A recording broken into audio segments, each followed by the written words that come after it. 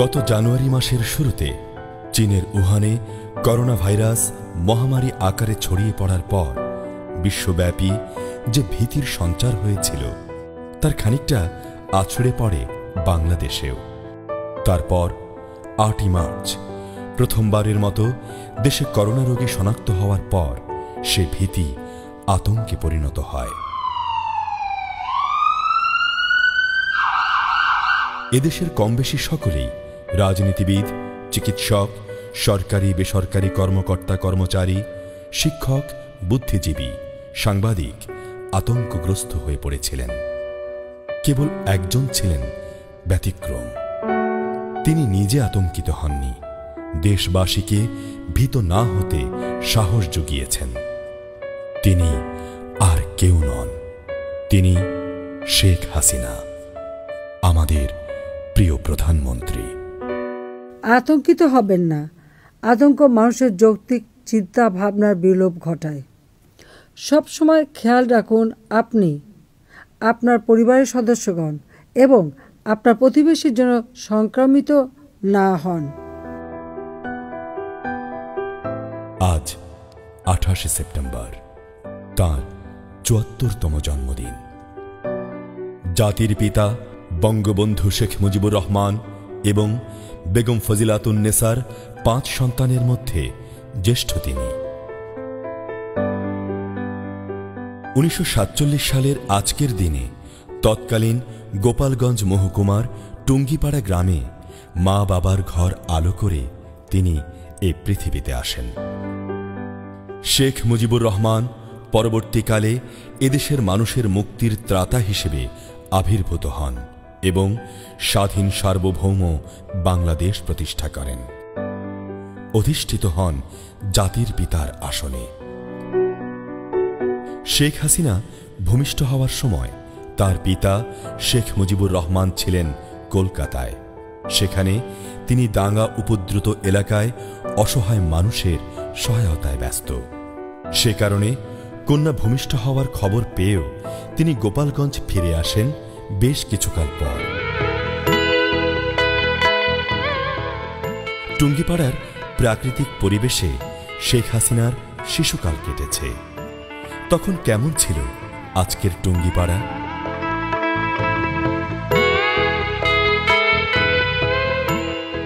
শহরের কোলাহল থেকে দূরের গ্রাম টুঙ্গিপাড়া।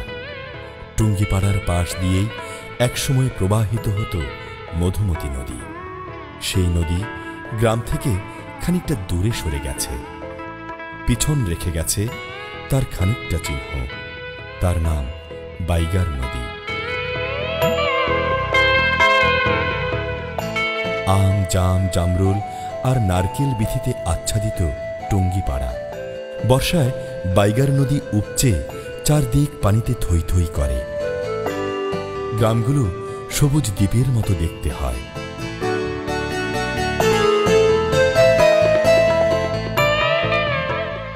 বর্ষার পানি নেমে গেলে জেগে ওঠে ফসলের মাঠ, গ্রামের মেঠো পথ। গ্রামের মানুষ ঝাঁকি জাল, কই জাল, বড়শি দিয়ে মাছ ধরতে বেরোয়। চাষিরা ফসল বোনার কাজে লেগে পড়ে। দূর দূরান্ত থেকে ভাটিয়ালি পল্লীগীতির সুর ভেসে আসে।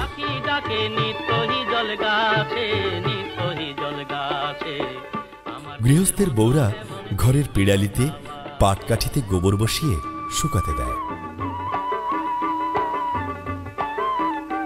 টুঙ্গিপাড়ার ছায়া সুনিবিড় প্রাকৃতিক পরিবেশে কেটেছে শেখ হাসিনার শৈশব। শান্ত নিরিবিলি সেই গ্রামের সচ্ছল শেখ পরিবারের সন্তান তিনি। কিন্তু গ্রামের সবাই তো আর সচ্ছল নয়।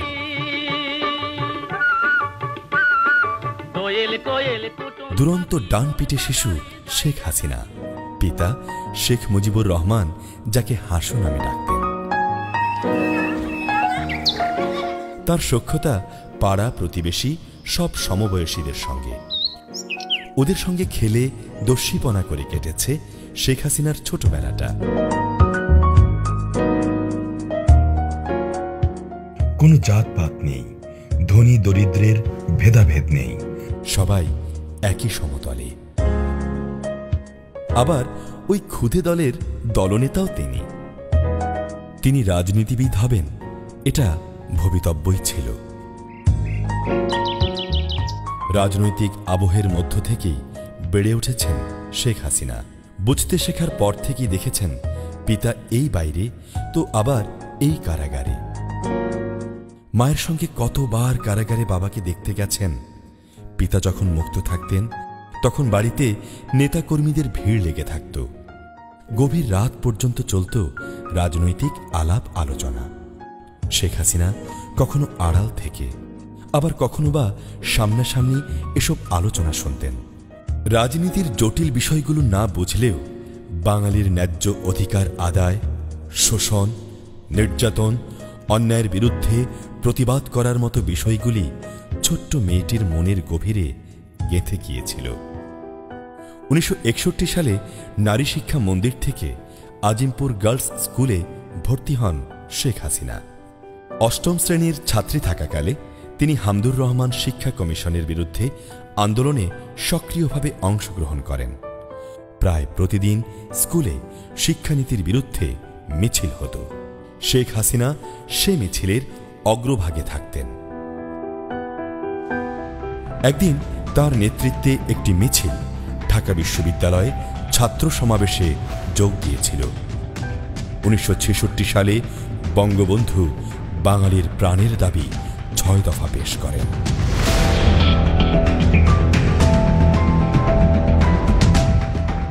(1966-67) শিক্ষাবর্ষে ঢাকা ইন্টারমিডিয়েট কলেজের, বর্তমান বদরুন্নেসা কলেজ, ছাত্রী সংসদের নির্বাচন ঘোষণা করা হয়।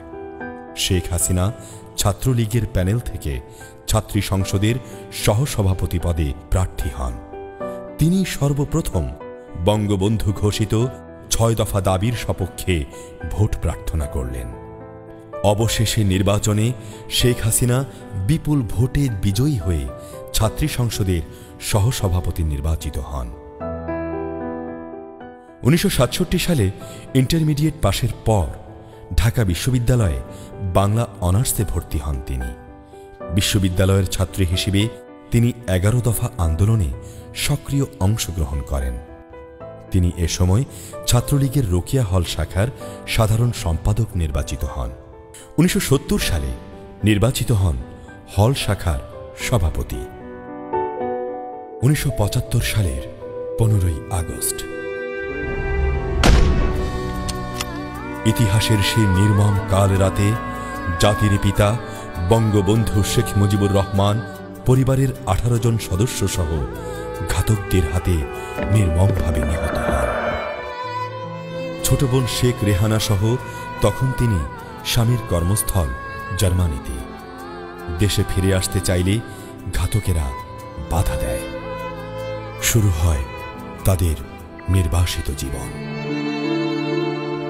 জার্মানি থেকে পরিবারসহ তিনি ভারতে এসে আশ্রয় নেন তৎকালীন প্রধানমন্ত্রী ইন্দিরা গান্ধীর বদান্যতায়। 1981 সালে বাংলাদেশ আওয়ামী লীগের সভাপতি নির্বাচিত হন। ওই বছরের 17ই মে শাসকদের ভ্রুকুটি উপেক্ষা করে 6 বছরের নির্বাসন শেষে তিনি দেশে ফিরে আসেন। দায়িত্ব গ্রহণ করেন দেশের সবচেয়ে বড় রাজনৈতিক দলের। জনগণের সংগঠন আওয়ামী লীগকে তৃণমূল থেকে শক্তিশালী করতে তিনি দেশের প্রত্যন্ত অঞ্চলে ঘুরতে থাকেন। সবকিছু গুছিয়ে নিয়ে যখন গণতন্ত্র পুনরুদ্ধারে ডাক দিলেন, তখনই শাসক গোষ্ঠী তাঁর উপর ক্ষিপ্ত হয়ে ওঠে। তাকে বারবার জেলে পাঠানো হয়। তাকে হত্যার জন্য কমপক্ষে 19 বার সশস্ত্র হামলা চালানো হয়েছে। সবচেয়ে প্রাণঘাতী হামলা চালানো হয় 2004 সালের 21শে আগস্ট। ওই দিন বঙ্গবন্ধু অ্যাভিনিউয়ে বিএনপি জামাত নিযুক্ত উগ্রবাদীরা গ্রেনেড হামলা করে তাকে হত্যার চেষ্টা করে। তিনি প্রাণে বেঁচে গেলেও দলের 22 নেতাকর্মী সেদিন মারা যান। আহত হন 500-রও বেশি মানুষ। সামরিক ও স্বৈরশাসনের বিরুদ্ধে 1.5 যুগেরও বেশি রাজনৈতিক সংগ্রামের পর অবশেষে 1996 সালের 12 জুনের সাধারণ নির্বাচনে শেখ হাসিনার নেতৃত্বে আওয়ামী লীগ বিজয়ী হয়। শেখ হাসিনাকে প্রধানমন্ত্রী করে 23 জুন সরকার গঠন করা হয়। দীর্ঘ 21 বছর পর আওয়ামী লীগ পুনরায় ফিরে আসতে সক্ষম হয় রাষ্ট্রীয় ক্ষমতায়। 2001 সালে ষড়যন্ত্রের নির্বাচনের মাধ্যমে বিএনপি জামাতকে ক্ষমতায় বসানো হয়।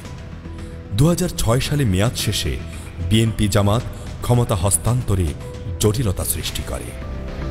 তার সুযোগ নিয়ে সামরিক বাহিনী সমর্থিত তত্ত্বাবধায়ক সরকার ক্ষমতায় বসে। তত্ত্বাবধায়ক সরকার শেখ হাসিনাকে গ্রেফতার করে প্রায় 1 বছর বন্দি রাখে। 2008 সালের 29 ডিসেম্বর নবম সংসদীয় নির্বাচনে বাংলাদেশ আওয়ামী লীগ নেতৃত্বাধীন মহাজোট নিরঙ্কুশ সংখ্যাগরিষ্ঠতা লাভ করে। শেখ হাসিনা 2009 সালের 6 জানুয়ারি দ্বিতীয়বারের মতো প্রধানমন্ত্রীর দায়িত্ব গ্রহণ করেন। এরই ধারাবাহিকতায় 2014 সালের 12 জানুয়ারি শেখ হাসিনা তৃতীয়বার এবং 2019 সালের 7 জানুয়ারি চতুর্থবারের মতো বাংলাদেশের প্রধানমন্ত্রী হিসেবে শপথ নেন। তিনি 1986 থেকে 1988 এবং 1991 থেকে 1996 এবং 2001 থেকে 2006 এই 3 মেয়াদে বিরোধী দলের নেতা ছিলেন। 1975 সালের 15 আগস্টের বিয়োগান্তক ঘটনার পর শেখ হাসিনার নেতৃত্বে আওয়ামী লীগ 17.5 বছরের অধিককাল ধরে রাষ্ট্রীয় ক্ষমতায়। প্রতিটি মেয়াদে শেখ হাসিনা দেশকে নতুন উচ্চতায় নিয়ে গেছেন।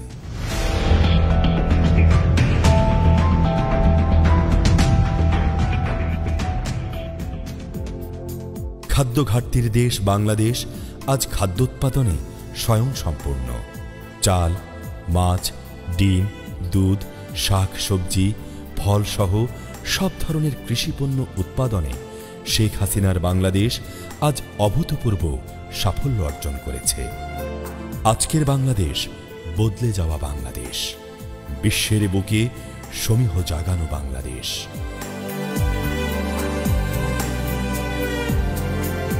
পিপিপির ভিত্তিতে বাংলাদেশের অর্থনীতির অবস্থান 30তম। প্রবৃদ্ধি অর্জন, দারিদ্র্য বিমোচন, নারীর ক্ষমতায়ন, শিশু মাতৃমৃত্যু হার হ্রাস, শিক্ষার হার এবং গড় আয়ু বৃদ্ধি সহ নানা আর্থসামাজিক সূচকে বাংলাদেশ অভাবনীয় সাফল্য অর্জন করেছে।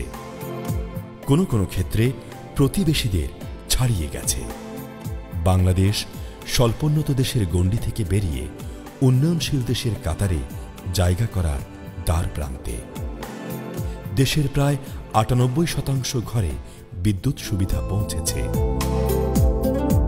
কমিউনিটি ক্লিনিকের বদৌলতে স্বাস্থ্যসেবা সাধারণ মানুষের দোরগোড়ায়। দেশের প্রতিটি গৃহহীন পরিবারের জন্য ঘরের ব্যবস্থা করা হচ্ছে। 4 লেনে পরিণত হচ্ছে দেশের সকল গুরুত্বপূর্ণ মহাসড়ক। পিচ ঢালা পথ আজ প্রত্যন্ত গ্রামকে সংযুক্ত করেছে জেলা উপজেলা শহরের সঙ্গে। রেল সংযোগ সহ স্বপ্নের পদ্মা সেতু, কর্ণফুলী নদীর তলদেশে টানেল, ঢাকায় মেট্রো রেল, পারমাণবিক বিদ্যুৎ কেন্দ্র, মহাকাশে নিজস্ব স্যাটেলাইট, এসব আজ আর স্বপ্ন নয়, বাস্তবতা। শেখ হাসিনার মতো দূরদর্শী রাষ্ট্রনায়কের সুচিন্তিত চিন্তা ও মননের ফসল এসব অর্জন। বিশ্ব রাজনীতিতে এক কুশলী রাষ্ট্রনায়কের নাম শেখ হাসিনা। নিজের প্রজ্ঞা, অধ্যাবসায়, মানুষের প্রতি ভালোবাসা এবং তীক্ষ্ণ দূরদৃষ্টি তাকে জায়গা করে দিয়েছে বিশ্ব নেতৃত্বের কেন্দ্রবিন্দুতে। উন্নত দেশগুলো যখন সারা বিশ্বে নির্যাতিত উদ্বাস্তুদের জন্য তাদের সীমান্ত বন্ধ করে দিয়েছে, তখন শেখ হাসিনা মিয়ানমারের 11 লাখ জোরপূর্বক বিতাড়িত রোহিঙ্গাকে বাংলাদেশে গ্রহণ করে বিশ্ব বিবেককে নাড়া দিয়েছেন। দ্বিপাক্ষিক বা বহুপাক্ষিক আলোচনায় বাংলাদেশের স্বার্থ সংরক্ষণের ক্ষেত্রে তিনি সর্বদা অবিচল অনড়। ভারতের সঙ্গে ছিটমহল বিনিময় এবং মিয়ানমার ভারতের সঙ্গে সমুদ্র সীমা বিরোধের নিষ্পত্তি তারই উৎকৃষ্ট উদাহরণ। শেখ হাসিনার এসব কার্যক্রম দেশ বিদেশে শুধু প্রশংসিতই হয়নি, তাকে এনে দিয়েছে নানা পুরস্কার ও সম্মাননা। শত ব্যস্ততার মধ্যেও বই পড়া এবং লেখালেখির জন্য সময় বের করে নেন তিনি। শেখ মুজিব আমার পিতা, ওরা টোকাই কেন? বাংলাদেশে স্বৈরতন্ত্রের জন্ম, দারিদ্র দূরীকরণ, কিছু ভাবনা। আমরা জনগণের কথা বলতে এসেছি। সামরিকতন্ত্র বনাম গণতন্ত্র, সবুজ মাঠ পেরিয়ে, সাদা কালো, এর মতো বেশ কিছু মৌলিক গ্রন্থের প্রণেতা তিনি। তাঁর সম্পাদনায় জাতির পিতার অসমাপ্ত আত্মজীবনী, কারাগারের রোজনামচা সহ অনেকগুলো গ্রন্থ প্রকাশিত হয়েছে। আরও কয়েকটি পাণ্ডুলিপি প্রস্তুতের কাজ করছেন। শেখ হাসিনার প্রত্যক্ষ তত্ত্বাবধানে ও সম্পাদনায় 4 খণ্ডে প্রকাশিত হয়েছে record of proceeding, Agartala conspiracy case, এবং 14 খণ্ডে প্রকাশিত হচ্ছে secret documents of intelligence branch on father of the nation Bangabandhu Sheikh Mujibur Rahman, যার 2 খণ্ডই ইতোমধ্যে প্রকাশিত হয়েছে। মৌলবাদ, জঙ্গিবাদ এবং সন্ত্রাসবাদ মোকাবেলায় শেখ হাসিনা এক নিরলস যোদ্ধার নাম। পর্যবেক্ষকদের সব ধরনের পূর্বাভাস ভুল প্রমাণিত করে তিনি বাংলাদেশ থেকে জঙ্গিবাদ নির্মূল করতে সক্ষম হয়েছেন।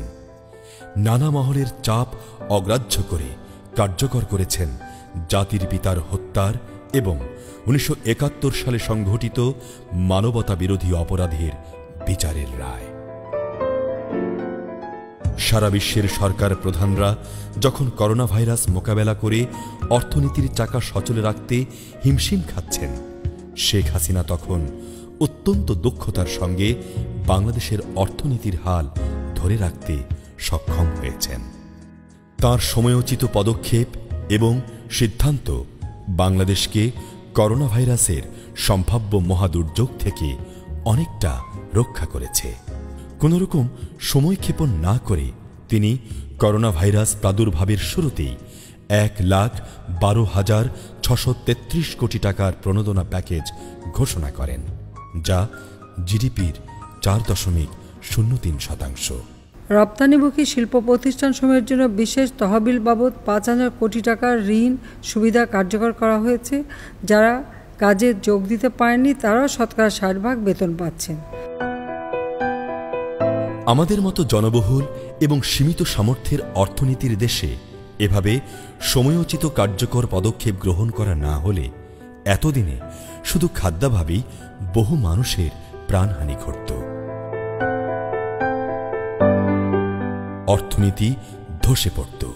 এখানেই শেখ হাসিনা অন্যদের চেয়ে চিন্তা চেতনা মননে এগিয়ে, এখানেই তিনি অনন্য। সীমিত সম্পদের বাংলাদেশে নানা সমস্যা, অভাব, অভিযোগ আছে, কিন্তু আমাদের আছেন একজন শেখ হাসিনা। পিতার মতোই তিনি সদা সর্বদা মানুষের দুঃখ দুর্দশা লাঘবে তৎপর, মানুষের সুখে দুঃখে দাঁড়িয়ে যান তাদের পাশে। তাই যতদিন আছেন শেখ হাসিনা ততদিন পথ হারাবে না